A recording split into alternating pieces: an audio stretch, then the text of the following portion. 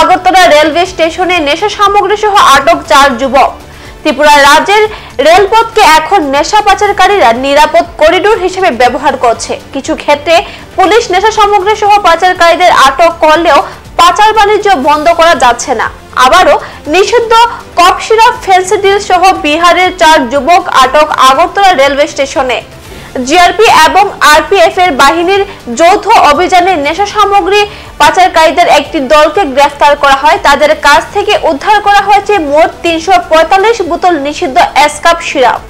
আটক করা হয়েছে যথাক্রমে উমাশঙ্কর সিংহ, অভিষেক কুমার, বিজেন্দ্র কুমার এবং নিকেশ কুমারকে। তারা মাদক দ্রব্যগুলো ট্রেনে করে আগরতলা নিয়ে এসেছিল। এই নিয়ে আগরতলা রেলওয়ে স্টেশনের জিআরপি থানায় একটি মামলা নিয়ে তদন্ত শুরু হয়েছে। ধৃত পুলিশ 4 জনকে জিজ্ঞাসাবাদ চালাচ্ছে। আগরতলা জিআরপির ওসি তাপস দাস জানান, গোপন খবরের ভিত্তিতে 4 জন বিহারের যুবককে কমলাপতি এক্সপ্রেস থেকে নেশা সামগ্রী সহ আটক করা হয়। তাদের ব্যাগ থেকে মোট 345 বোতল নিষিদ্ধ এসকাপ সিরাপ উদ্ধার হয়। কালোবাজারে এগুলোর মূল্য প্রায় 2 লক্ষ টাকা। তারা কোথা থেকে এই সামগ্রীগুলো নিয়ে এসেছিল এবং আগরতলা তাদের সাথে আর কে কে জড়িত রয়েছে তা জানার চেষ্টা চলছে।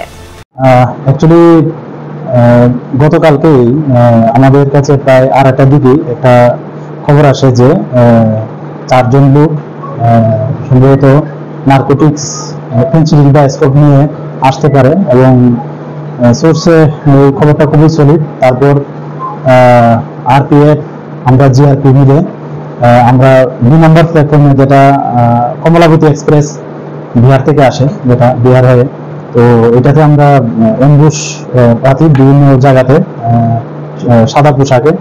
তারপর প্রায় যখন 2 নম্বর প্ল্যাটফর্মে কমলাপতি এক্সপ্রেস নামলো, তখন এই 4 জনকেই মানে তারা নামলো এবং বড় বড় পিট্টু ব্যাগ আছে তাদের কাছে।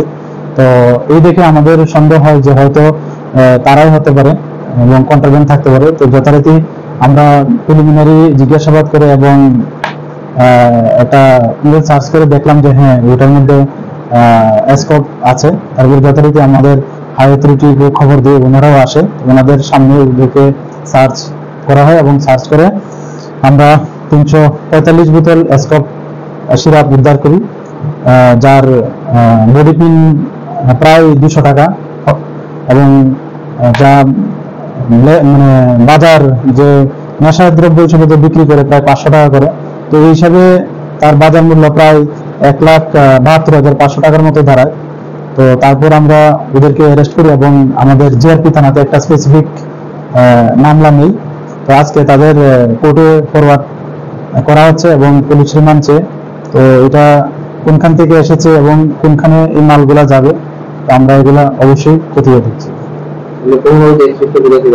এটা অ্যাকচুয়ালি বিহার থেকে আসে, বিহার থেকে আমাদের ডাইরেক্ট কলকাতা আসে, বর্ধমান হয়ে। হ্যাঁ, তারা তো ডাইরেক্ট বলেছে যে বিহার থেকে তারা এসেছে। এই তো আগরতলা রেল স্টেশনে। তারা এরকম কিছু বলেনি, তবে তারা আমার কাছে মনে হচ্ছে আমরা ইন্টারোগেশন আরো কিছু বেশি আসবে, নিশ্চয়ই তারা কোনো না কোনো ডেস্টিনেশন এটা নেবে। তো আমরা এটা দেখছি।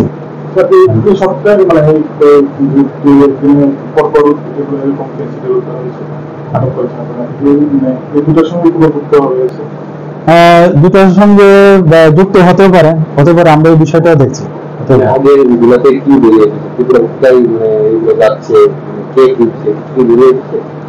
হ্যাঁ, এগুলি বেরোচ্ছে এবং আমরা দফায় দফায় এগুলি আমরা অ্যারেস্টও করছি। এরকম আমাদের পুরানো কেসে অনেক অ্যারেস্ট হয়েছে। তো এগুলির লিঙ্কগুলো আমরা বের করার চেষ্টা করছি এবং আমরা অবশ্যই এই ডেস্টিনেশনে পৌঁছবো। এখন মতো বিদায় নিচ্ছি। পরবর্তী সংবাদ পেতে আমাদের সাথে থাকুন। ধন্যবাদ।